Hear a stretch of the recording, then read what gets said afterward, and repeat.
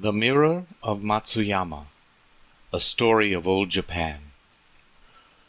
Long years ago in old Japan, there lived in the province of Ashigo, a very remote part of Japan even in these days, a man and his wife. When this story begins, they had been married for some years and were blessed with one little daughter. She was the joy and pride of both their lives, and in her they stored an endless source of happiness for their old age. What golden letter days in their memory were these that had marked her growing up from their babyhood. The visit to the temple when she was just 30 days old, her proud mother carrying her, robed in ceremonial kimono, to be put under the patronage of the family's household god.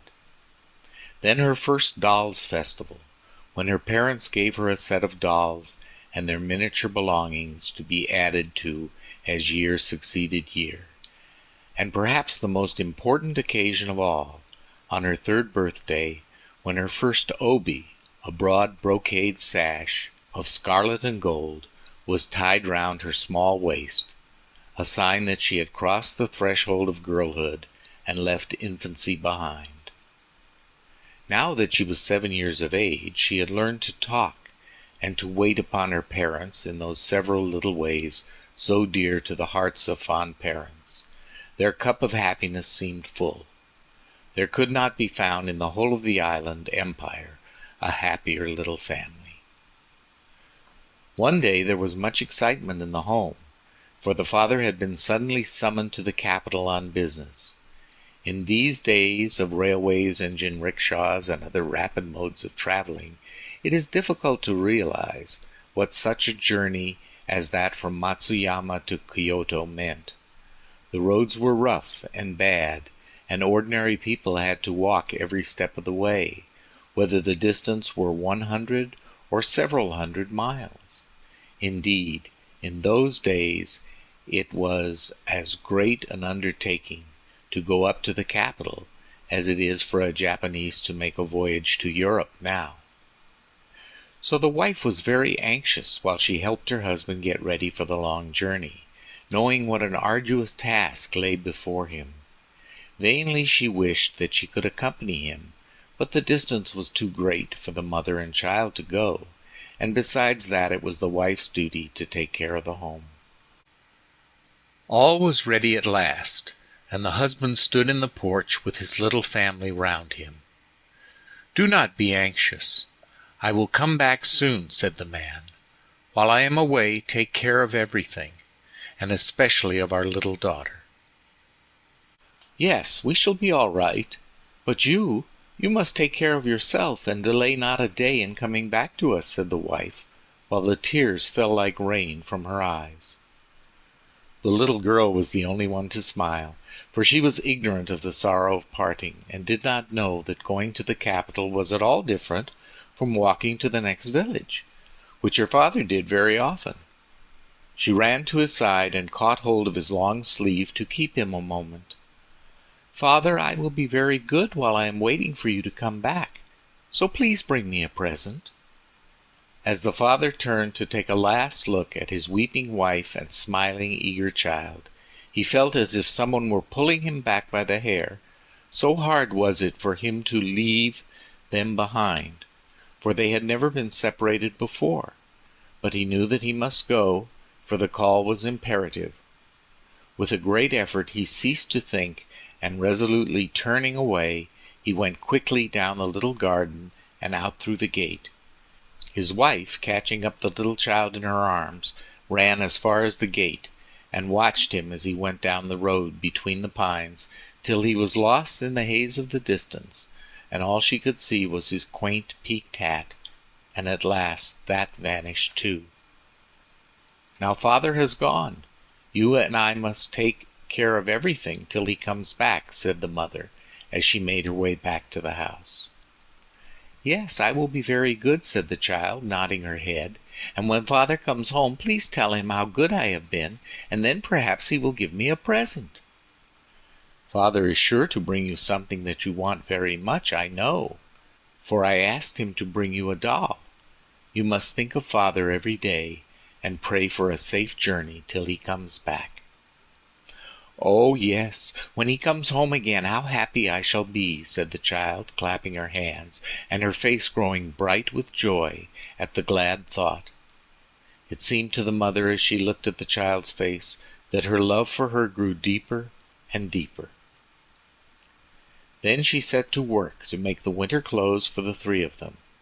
She set up her simple wooden spinning wheel and spun the thread before she began to weave the stuffs.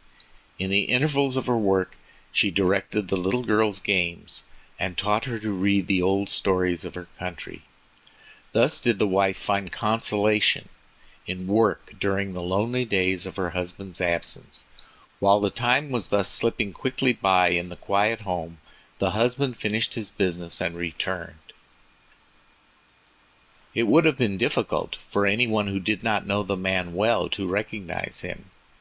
He had traveled day after day, exposed to all weathers, for about a month altogether, and was sunburnt to bronze.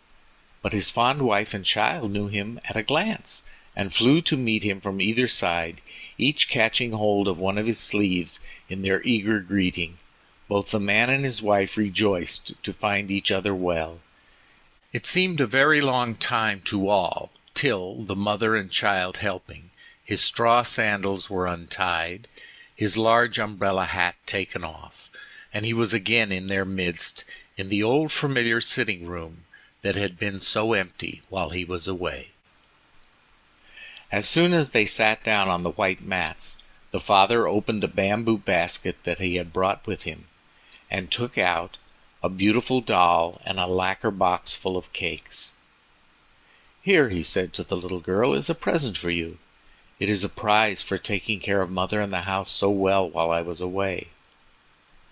"Thank you," said the child, and she bowed her head to the ground, and then put out her hand, just like a little maple leaf with its eager, widespread fingers, to take the doll and the box, both of which, coming from the capital, were prettier than anything she had ever seen. No words can tell how delighted this little girl was. Her face seemed as if it would melt with joy, and she had no eyes and no thought for anything else. Again the husband dived into the basket, and brought out this time a square wooden box, carefully tied up with red and white string, and handing it to his wife said, "And this is for you." The wife took the box, and opening it carefully, took out a metal disc with a handle attached. One side was bright and shining like a crystal, and the other was covered with raised figures of pine trees and storks, which had been carved out of its smooth surface in lifelike reality. Never had she seen such a thing in her life, for she had been born and bred in the rural province of Echigo. She gazed into the shining disk and looked up with surprise and wonder pictured on her face. She said, "I see somebody looking at me in this round thing. What is that you have given me?" The husband laughed and said, "Why, it is your own face that you see. What I have brought you is called a mirror, and whoever looks into its clear surface can see their own form reflected there. Although there are none to be found in this out-of-the-way place, yet they have been in use in the capital from the most ancient times. There the mirror is considered a very necessary requisite for a woman to possess. There is an old proverb that, 'As the sword is the soul of the samurai, so is the mirror the soul of a woman,' and according to popular tradition, a woman's mirror is an index to her own heart. If she keeps it bright and clear, so is her heart pure and good. It is also one of the treasures that form the insignia of the emperor, so you must lay great store to your mirror and use it carefully." The wife listened to all that her husband told her, and was pleased at learning so much that was new to her. She was still more pleased at the precious gift, his token of remembrance while he had been away. "If the mirror represents my soul, I shall certainly treasure it as a valuable possession, and never will I use it carelessly." Saying so, she lifted it as high as her forehead in grateful acknowledgment of the gift, and then shut it up in its box and put it away. The wife saw that her husband was very tired and set about serving the evening meal and making everything as comfortable as she could for him. It seemed to the little family as if they had not known what true happiness was before. So glad were they to be together again, and this evening the father had much to tell of his journey and of all he had seen at the great capital. Time passed away in the peaceful home, and the parents saw their fondest hopes realized as their daughter grew from childhood into a beautiful girl of 16. As a gem of priceless value is held in its proud owner's hand, so had they reared her with unceasing love and care, and now their pains were more than doubly rewarded. What a comfort she was to her mother as she went about the house taking her part in the housekeeping, and how proud her father was of her, for she daily reminded him of her mother when he had first married her. But alas, in this world nothing lasts forever. Even the moon is not always perfect in shape, but loses its roundness with time, and flowers bloom and then fade. So at last the happiness of this family was broken up by a great sorrow. The good and gentle wife and mother was one day taken ill. In the first days of her illness, the father and daughter thought that it was only a cold, and were not particularly anxious. But the days went by, and still the mother did not get better. She only grew worse. And the doctor was puzzled, for in spite of all he did, the poor woman grew weaker day by day. The father and daughter were stricken with grief, and day or night the girl never left her mother's side. But in spite of all their efforts, the woman's life was not to be saved.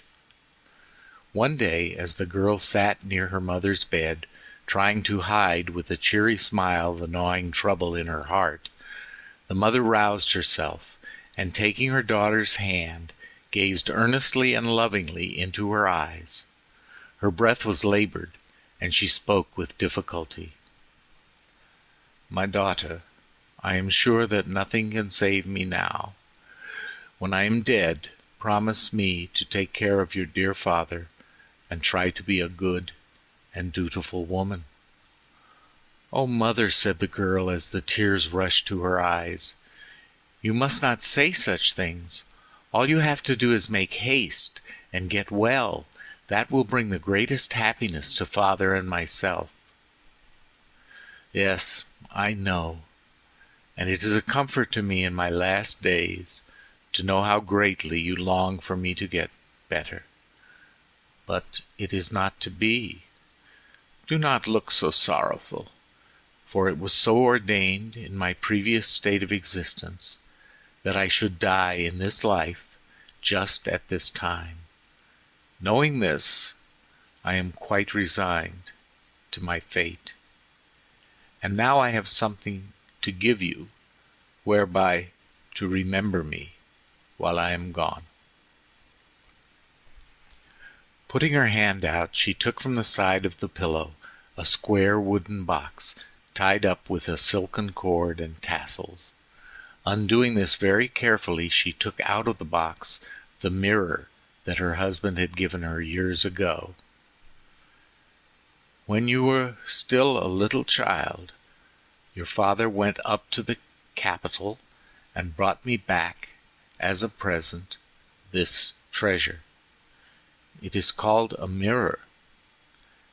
This I give you before I die. If, after I have ceased to be in this life, you are lonely and long to see me sometimes, then take out this mirror, and in the clear and shining surface you will always see me. So will you be able to meet with me often and tell me all your heart. And though I shall not be able to speak, I shall understand and sympathize with you, whatever may be happening to you in the future." With these words, the dying woman handed the mirror to her daughter. The mind of the good mother seemed to be now at rest, and sinking back without another word, her spirit passed quietly away that day. The bereaved father and daughter were wild with grief, and they abandoned themselves to their bitter sorrow.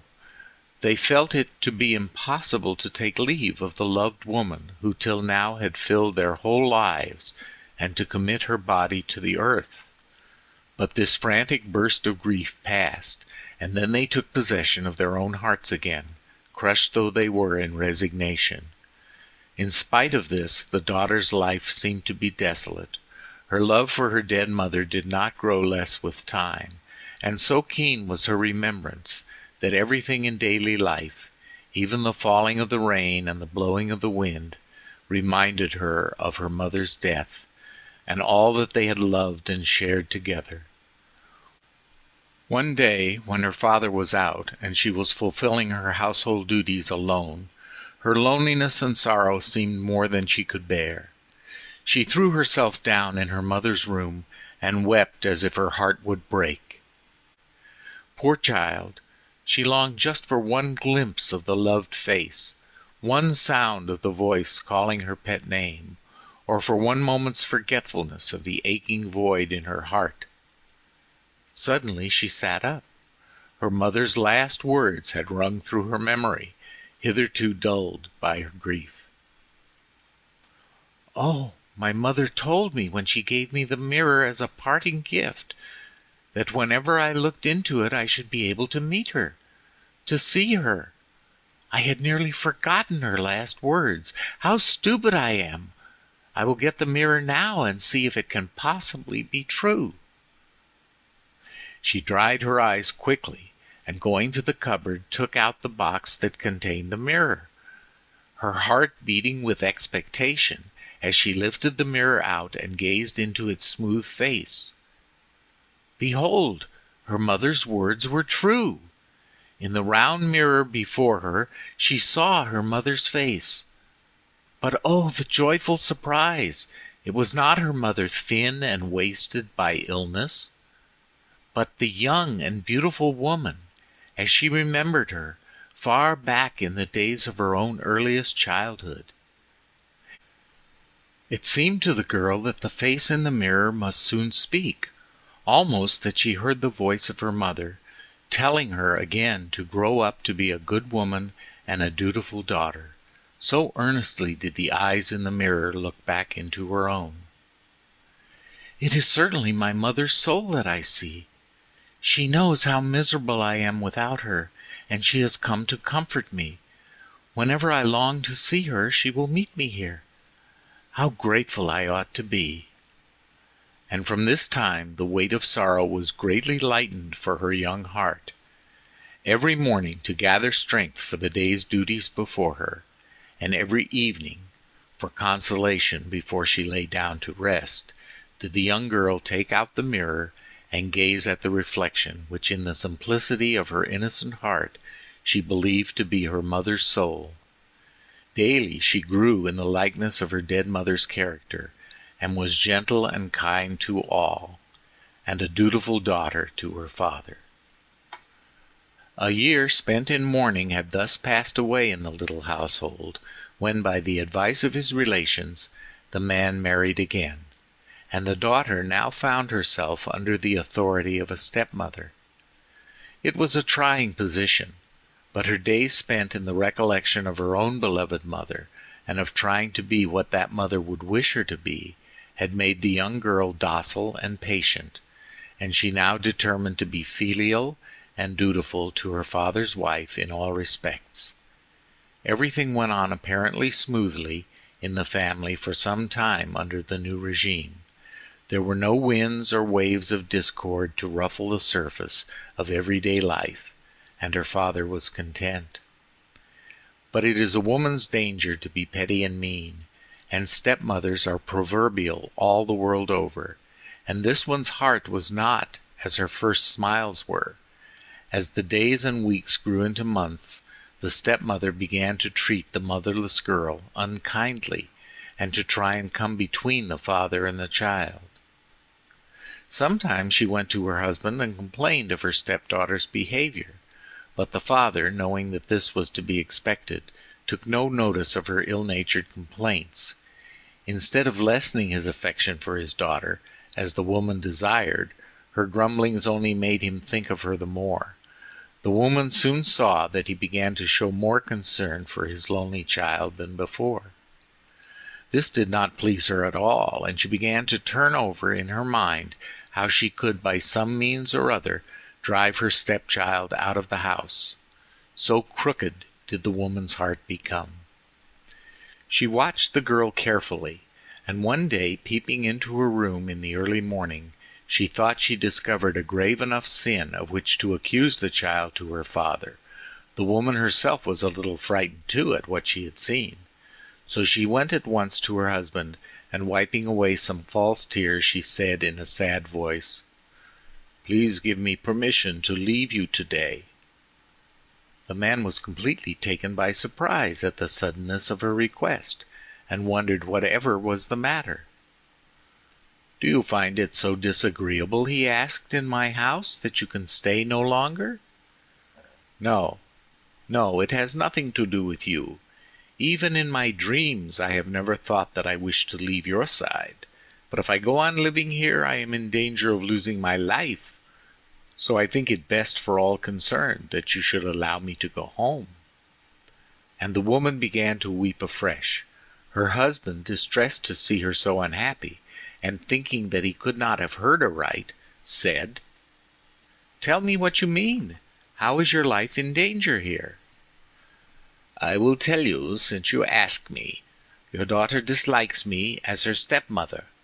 For some time past she has shut herself up in her room, morning and evening, and looking in as I pass by, I am convinced that she has made an image of me and is trying to kill me by magic art, cursing me daily. It is not safe for me to stay here. Such being the case, indeed I must go away. We cannot live under the same roof any more." The husband listened to the dreadful tale, but he could not believe his gentle daughter guilty of such an evil act. He knew that by popular superstition people believed that one person could cause the gradual death of another by making an image of the hated one and cursing it daily. But where had his young daughter learned such knowledge? The thing was impossible. Yet he remembered having noticed that his daughter stayed much in her room of late, and kept herself away from everyone, even when visitors came to the house. Putting this fact together with his wife's alarm, he thought that there might be something to account for this strange story. His heart was torn between doubting his wife and trusting his child, and he knew not what to do. He decided to go at once to his daughter and try to find out the truth.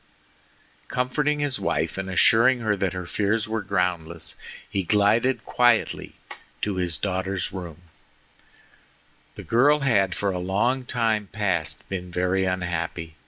She had tried by amiability and obedience to show her goodwill and to mollify the new wife, and to break down that wall of prejudice and misunderstanding that she knew generally stood between step-parents and their stepchildren.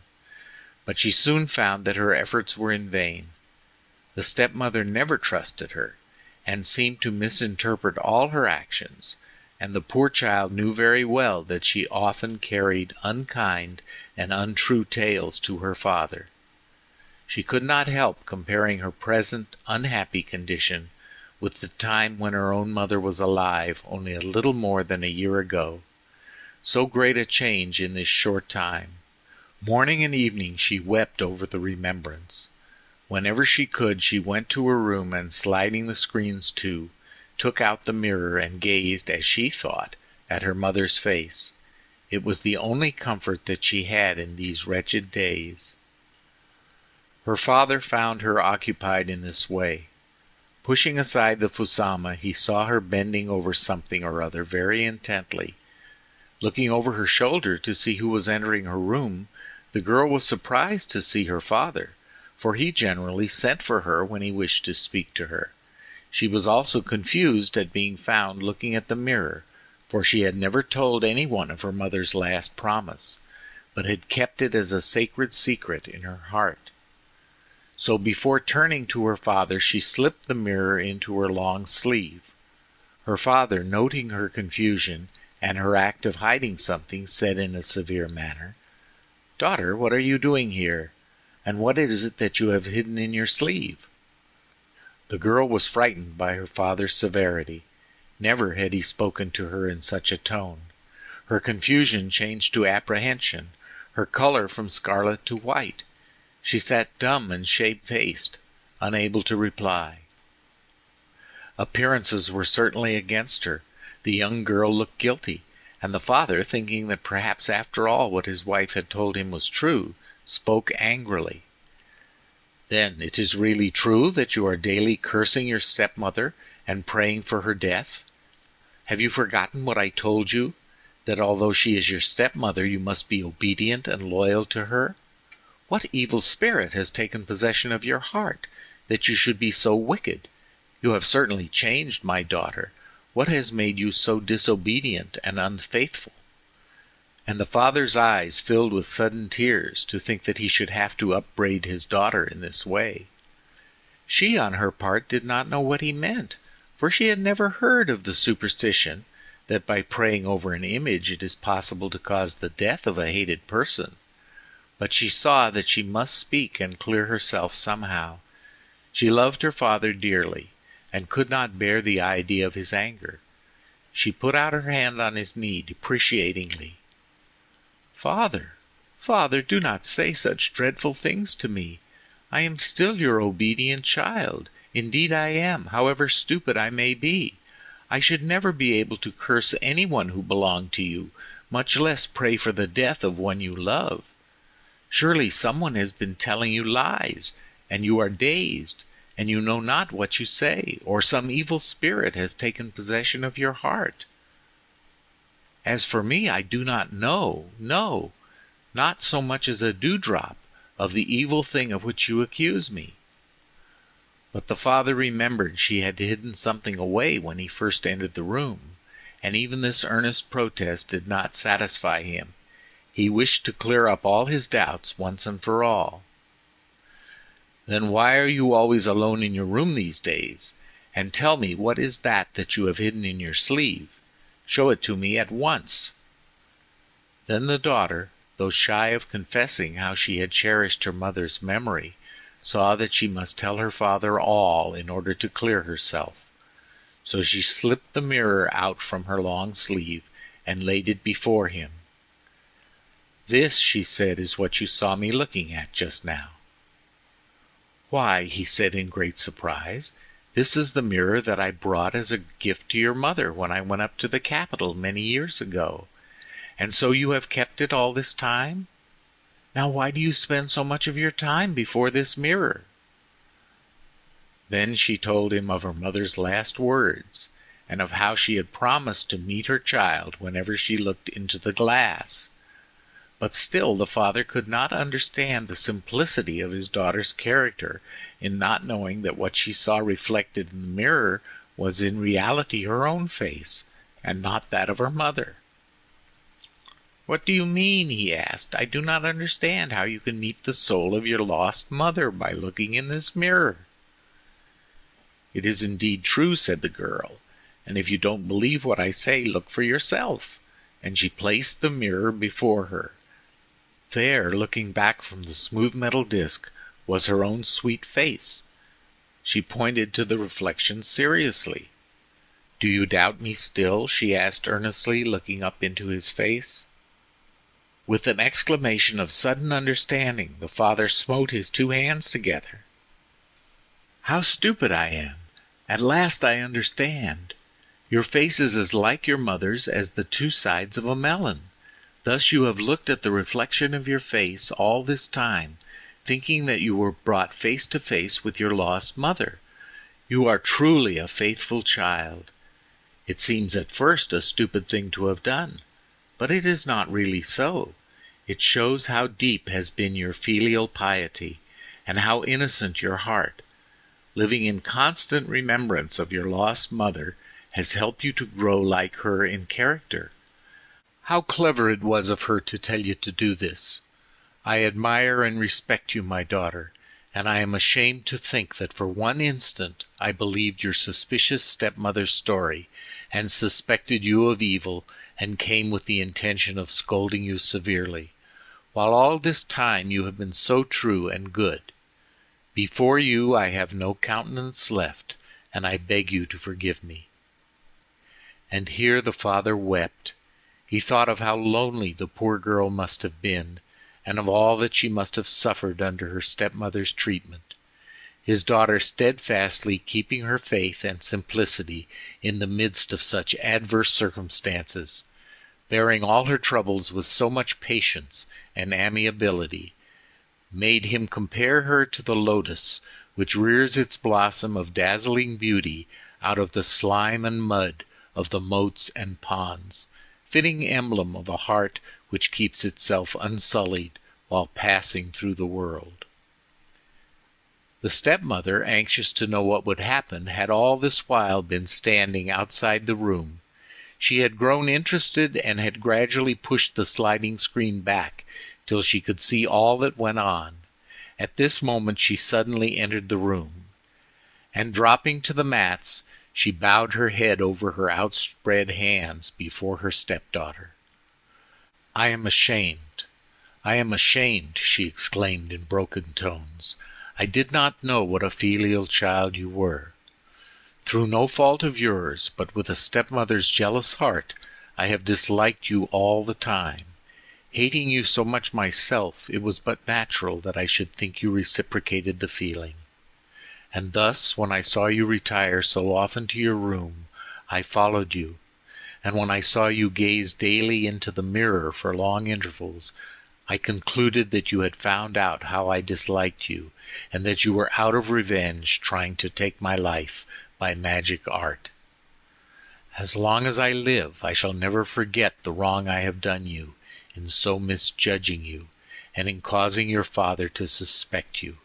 From this day I throw away my old and wicked heart, and in its place I put a new one, clean and full of repentance. I shall think of you as a child that I have borne myself. I shall love and cherish you with all my heart, and thus try to make up for all the unhappiness I have caused you. Therefore, please throw into the water all that has gone before, and give me, I beg of you, some of the filial love that you have hitherto given to your own lost mother." Thus did the unkind stepmother humble herself and ask forgiveness of the girl she had so wronged. Such was the sweetness of the girl's disposition that she willingly forgave her stepmother, and never bore a moment's resentment of malice toward her afterwards.